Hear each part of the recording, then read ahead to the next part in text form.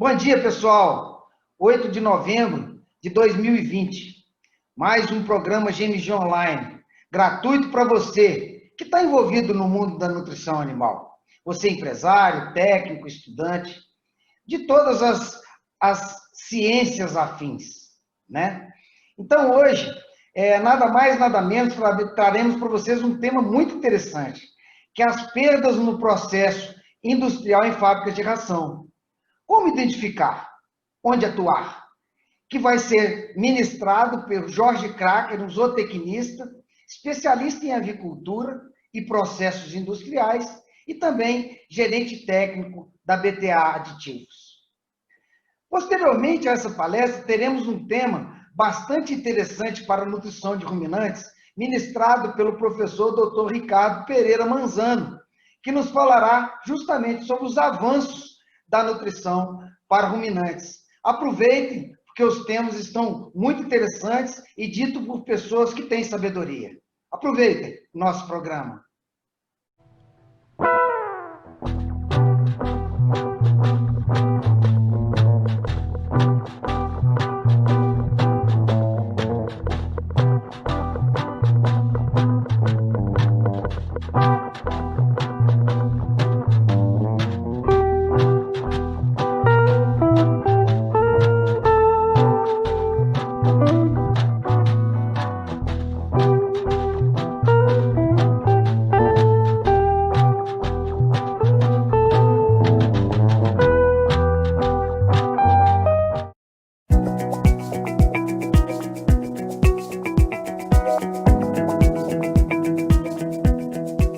Olá, tudo bem?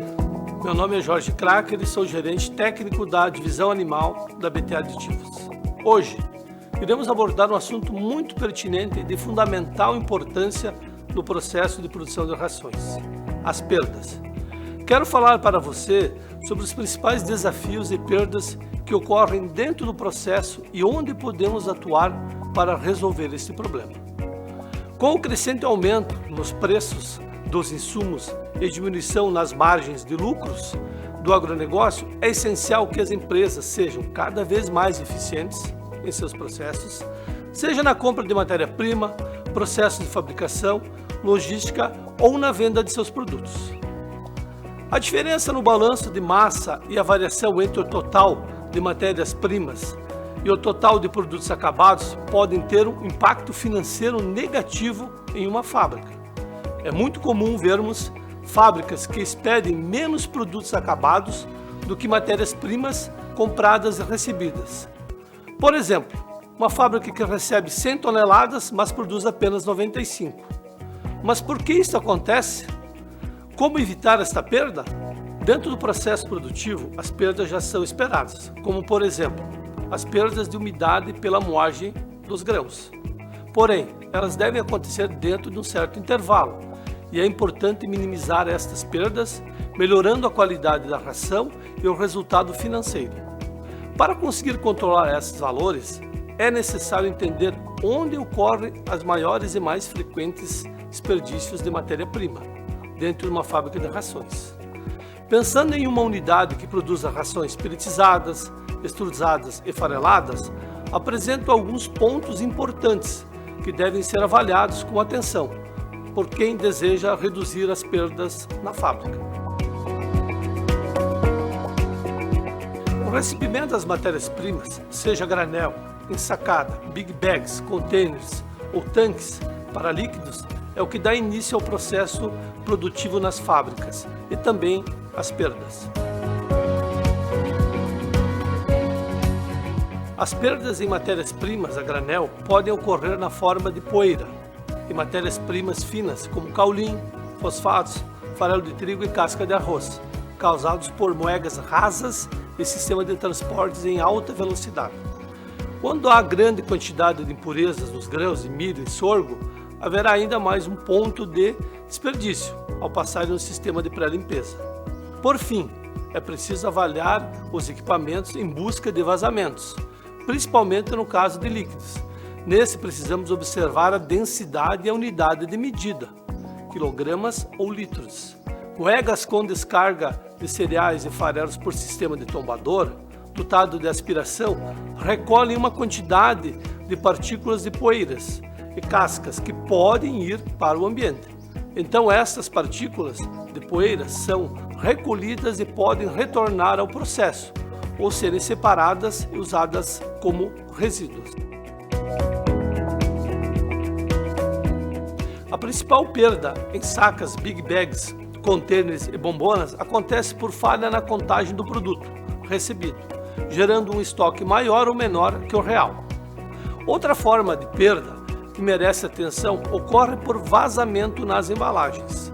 Nesse caso, deve ser verificado no momento do recebimento se as embalagens estão íntegras e sem vazamentos.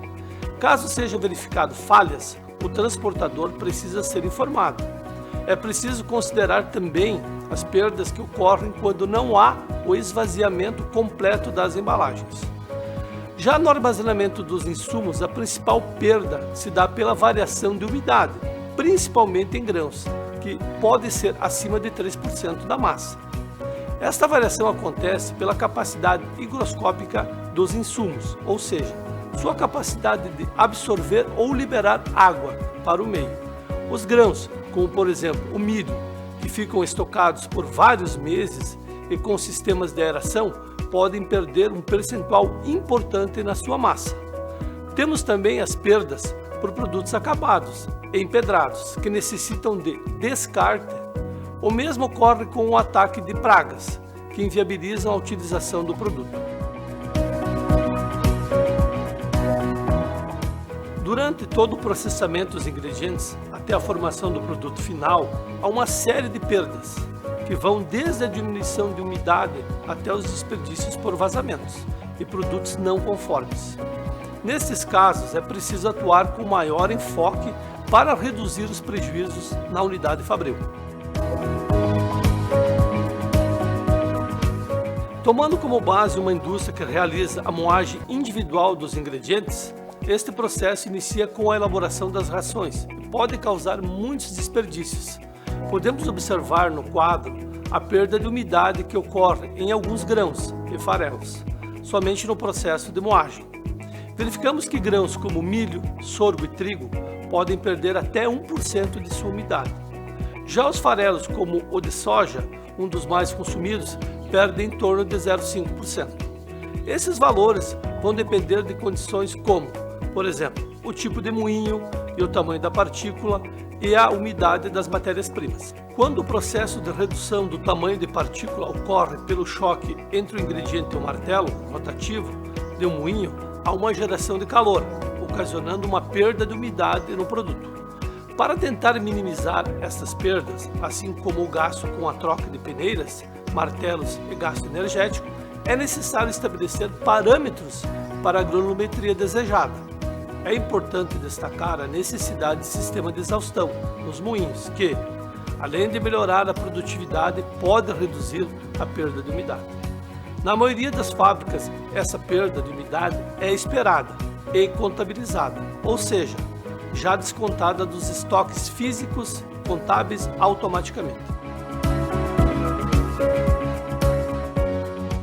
Outro ponto que merece atenção é sobre o momento onde os ingredientes são dosados, por transferência do silo para a caçamba de pesagem. Nesta etapa, pode ocorrer um desvio de dosagem abaixo do recomendado. Geralmente se deseja uma conformidade acima de 95% para a dosagem, para que não ocorra desbalanço nutricional na ração e também para que não ocorra a divergência entre o programado e o dosado. Para que possamos manter esse status de conformidade na dosagem, precisamos ter sistemas de medição, como balanças e medidores de vazão calibrados e aferidos. Também é preciso estar atento ao sistema de transferência do ingrediente do silo até as balanças. O dosador pode precisar de adequação, dependendo da inclusão do mesmo na formulação da ração. Outro ponto importante é definir a necessidade de balanças para macroingredientes, microingredientes e minerais. Assim, conseguimos reduzir a divergência na pesagem das matérias-primas e, como consequência, aumentar a conformidade de dosagem. A dosagem de produtos de forma manual, como premixes, sal, aminoácidos, enzimas, aditivos e medicamentos, merecem uma atenção especial. Esses produtos têm um valor por quilograma muito alto. Qualquer quantidade divergente pode resultar em prejuízos altos para o fabricante. A empresa que trabalha com produto pelletizado precisa ficar de olho nesse processo, já que normalmente ele demanda uma grande quantidade de energia elétrica e tempo, mas também porque pode causar muitas perdas produtivas. Não é raro ter uma situação em que uma grande quantidade de produtos precisa ser reprocessada, por não atender aos parâmetros de qualidade, como por exemplo, baixo PDI e paradas do maquinário por obstrução da matriz, causada por entupimentos. Em ambos os casos, a causa mais comum é a alimentação excessiva da câmara pelletizadora, na tentativa de acelerar a produção. Neste processo, adicionamos em torno de 2% de umidade via vapor no condicionador. Esta umidade é necessária para que possa ocorrer a gelatinização do amido e a melhora na passagem do produto pela matriz pelletizadora. O produto pós-pelletização é então direcionado ao resfriador, onde ocorrem duas importantes perdas: umidade e particulados. A perda de umidade já é esperada, dentro de certos parâmetros, uma vez que esta água também é retirada quando se resfria o produto. Já a perda por pó se dá por uma má configuração da quantidade e velocidade do ar utilizado no resfriamento. Nesta etapa do processo é que devemos ter cuidado para que não se retire um excesso de umidade das rações. Devemos manter pelo menos a mesma umidade obtida na mistura. Muitas vezes o sistema de resfriamento das rações é dimensionado de maneira incorreta, ocasionando uma secagem excessiva e a perda de umidade, gerando uma diferença entre o programado e o produzido. Também pode ocorrer ao contrário, de ter uma ração com excesso de umidade, ocasionando problemas de conservação ou sobra de ração em estoque. Nessa tabela podemos ver a umidade de uma ração nas etapas de mistura, pós-condicionamento e pós-resfriador. Para aves e suínos temos em torno de 10 a 11% de umidade no misturador, sendo que no condicionador aumentamos para 12 a 13%.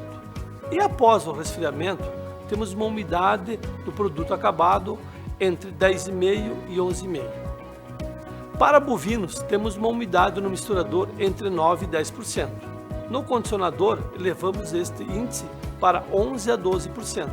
E na ração final, entre 9,5% a 10,5%. Para rações desenvolvidas aos animais de companhia e outras extrusadas, inicialmente no misturador temos uma umidade entre 8,5% e 9,5%. No condicionador, pela inclusão de água, já que o processo de extrusão exige mais umidade, podemos chegar entre 19% e 24% de umidade na entrada do secador e posteriormente no resfriador. Neste último, já temos a umidade reduzida para 6,5% a 10%. É interessante observar que, neste caso, podemos ter perda de massa. Por fim, temos a expedição do produto acabado, onde a regulagem da ensacadeira de maneira incorreta pode gerar uma variação no volume de produto em cada embalagem.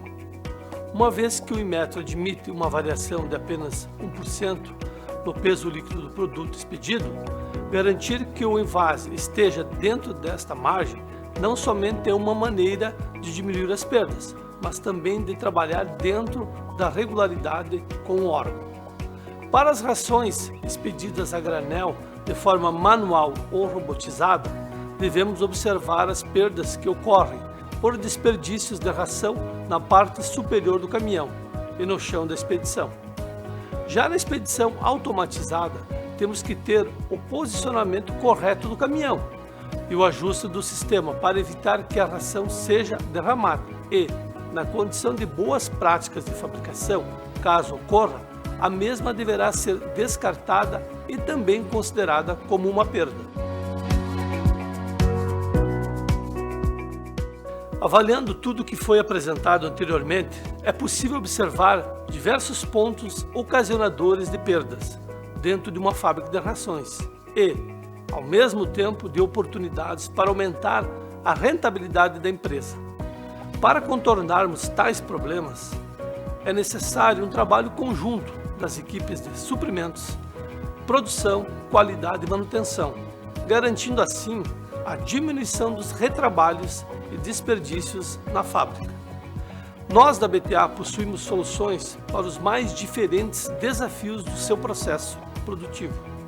Temos ferramentas que podem ajudar a aumentar, reidratar, reduzindo as perdas em ingredientes e rações. Consulte nossos especialistas para que nós possamos juntos encontrar a melhor solução para seu problema ou desafio. Obrigado pela sua atenção e fico à disposição para qualquer esclarecimento. Um grande abraço e até a próxima.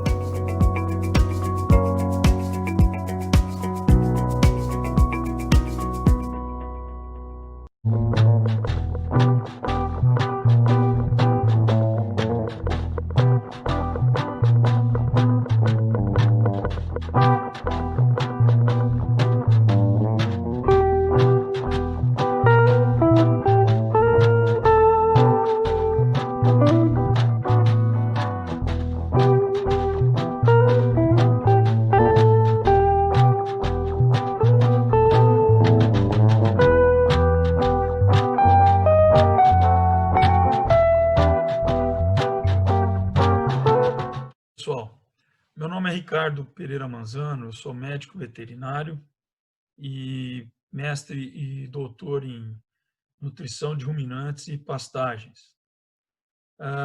Hoje nós estamos gravando esse vídeo para que possamos discutir um pouquinho sobre a evolução da pecuária de corte nos últimos 20 anos no Brasil, as tendências dela para os próximos anos e, junto a isso, a questão de uso de aditivos, que hoje é um tema muito constante e muito demandado pelos produtores de gado de corte no Brasil. Nos últimos 20 anos, a pecuária de corte brasileira sofreu um grande avanço, principalmente no sistema de terminação.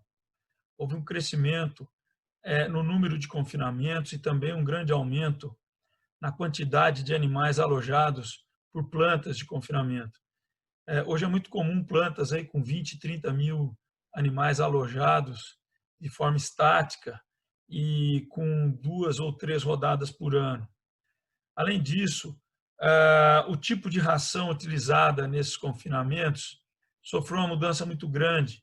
Na década de 90 usava-se muito volumoso, muita fibra, e atualmente houve um aumento no uso de grãos e subprodutos da indústria, que são subprodutos de grãos e de outros de frutas, no caso da laranja, polpa cítrica, né, e de outros produtos da agroindústria.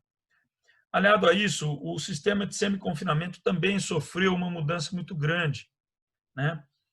Se na década de 90 se semi-confinavam animais fornecendo aí de 0,8% a 1% do peso vivo desses animais de ração concentrada, hoje se fala em semi-confinamentos com 1,5% a 2% do peso vivo. Então, o crescimento da atividade de confinamento, ao mesmo tempo que o semi-confinamento passou a usar maior quantidade de grãos. Até porque no Brasil se desenvolveu a tecnologia do confinamento expresso, que é o fornecimento de mais de 1,5% do peso vivo de grãos para animais em pastagens. Essa tecnologia viabilizou muitos pequenos produtores que às vezes não têm grande capacidade de investimento, né, em currais, equipamentos de mistura de dieta total, né, e produção de volumosos. Então, a técnica do confinamento expresso, ela também é crescente. De forma geral, tanto esse aumento na participação dos grãos nas dietas de bovinos confinados, como a adoção do confinamento expresso, elevando a quantidade de ração de 0,8% a 1% do peso vivo, que era no passado, que era na década de 90 ou no começo do século XXI, para algo em torno de 1,5% a 2% do peso vivo, exigiu um uso mais intensivo de aditivos alimentares. No primeiro momento, quando se iniciou o confinamento no Brasil há mais de 40 anos atrás, e essa tecnologia foi se desenvolvendo, aliado a esse semi-confinamento de baixa inclusão de grãos, usavam-se os ionóforos. E depois apareceu outros antibióticos não ionóforos, como é o caso da virginamicina. Mas a virginamicina já aparece no momento do aumento da participação de grãos e no aparecimento do confinamento expresso, que era um antibiótico que, junto com o uso concomitante com os ionóforos, potencializava o controle de pH ruminal e os resultados bioeconômicos. Quando o confinamento ainda se usava bastante volumoso, trabalhava-se com doses de ionóforos bem menores do que hoje. No entanto, com mudanças no hábito de consumo da população mundial, né, a gente vem vindo uma substituição agora desses antibióticos ionóforos e não ionóforos, que eram muito usados no passado, por substâncias mais naturais, onde nós podemos destacar dois grandes grupos, que são o primeiro grupo, os extratos vegetais, e o segundo grupo, as leveduras e seus derivados. No grupo dos extratos vegetais, nós podemos citar os diferentes tipos de óleos essenciais, né, e os taninos, que são substâncias que têm marcada influência sobre a fermentação ruminal. Esses extratos vegetais, eles modulam a fermentação ruminal. Além disso, alguns óleos essenciais têm marcante influência no metabolismo oxidativo dos tecidos animais. Já no grupo das leveduras, podemos citar as leveduras ativas, a cultura de levedura e a levedura hidrolisada. São compostos totalmente diferentes que muitas vezes os técnicos não sabem diferenciá-los, porém os resultados finais, de forma geral, são muito parecidos. É claro que, por serem diferentes, alguns desses produtos têm resultados um pouco mais específicos. Vamos pegar o exemplo da levedura autolisada, que é um produto que possui uma grande quantidade de parede celular fracionada e disponível, e esse produto acaba, além de modulando fermentação ruminal, tem um efeito pronunciado sobre estimulação do sistema imunológico e também uma pequena capacidade mas ainda presente, de absorção de micotoxinas.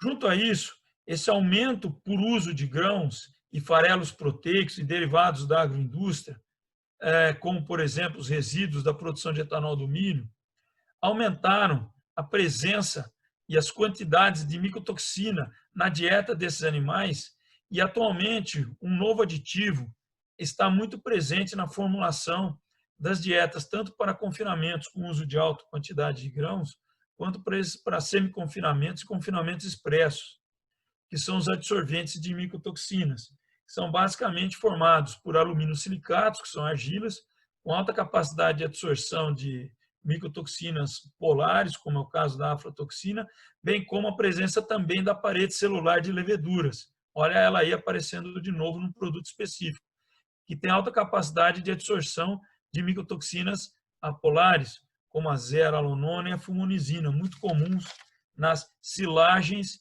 e grãos como milho e sorgo, respectivamente. Todo esse processo de intensificação no sistema de terminação, aliado a uma intensificação na recria, né, de forma concomitante, né, aumentou a demanda por bezerros no mercado. Isso porque aquele boi que há 20 anos atrás era abatido com idade média de 48 meses, hoje passou a ser abatido com idade média de 24 meses. Lógico que eu estou falando de forma geral. Existem desvios e sistemas mais ou menos eficientes.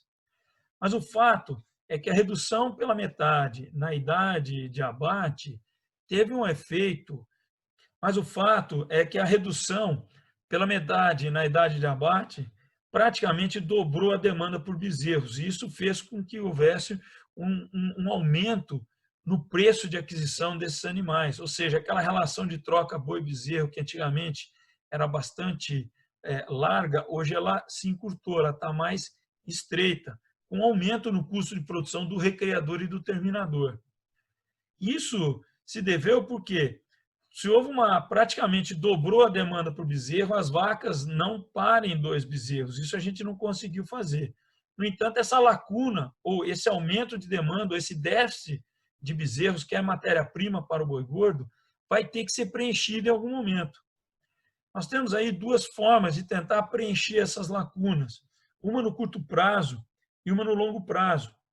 A no curto prazo é uma demanda por melhora nos índices reprodutivos das vacas.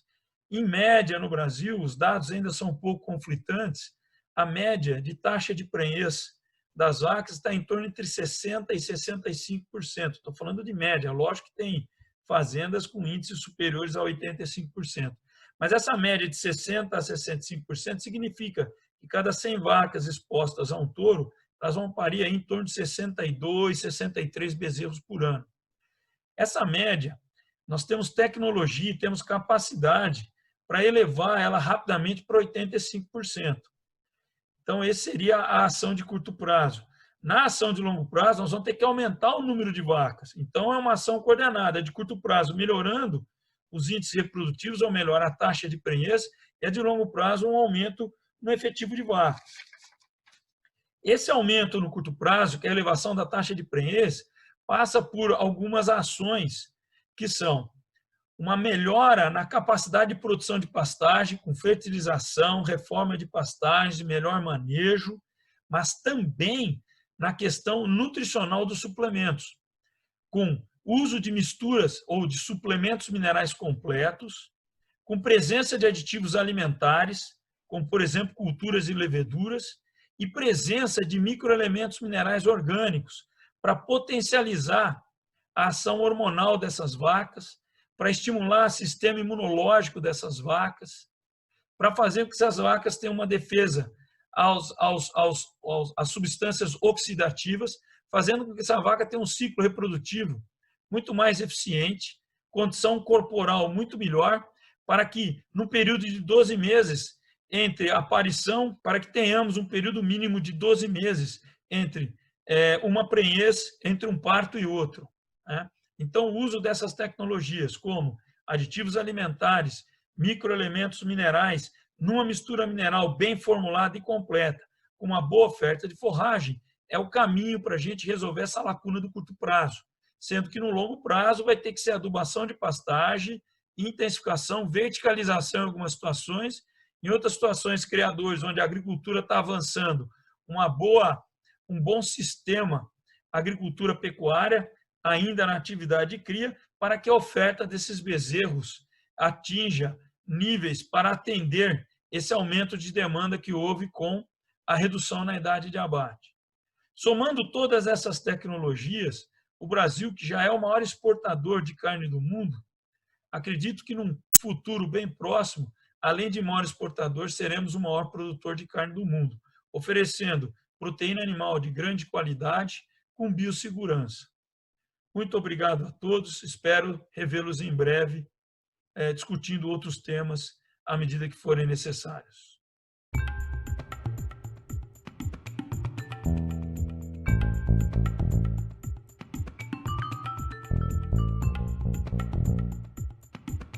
É isso aí, pessoal. Depois de muita informação, muita coisa importante para nós no dia a dia, que tem sido dito em todos os programas, e só tem a nos engrandecer, porque muitas pessoas ligam para a gente, nos dizendo que a gente está no caminho, que a gente tem levado informações relevantes para a tomada de decisões, muitas vezes difíceis, né, no dia a dia de fábrica de ração e de consultorias também da área de nutrição. Mas então, esse programa foi um programa que ele só existe porque nós temos aí pessoas que apoiam essa difusão de tecnologia, que hoje nós temos aí como parceiros, patrocinadores, a Bioquem, a BTA Aditivos e a Ferraz Máquinas. Empresas que têm nos apoiado a cada dia. E tivemos, essa semana, uma normativa adiando para maio a regularização das indústrias junto ao mapa CIPEAGRO. Mais uma chance que todos têm de regulamentar o seu negócio para estar em dia com o Ministério da Agricultura, evitando multas e aborrecimentos.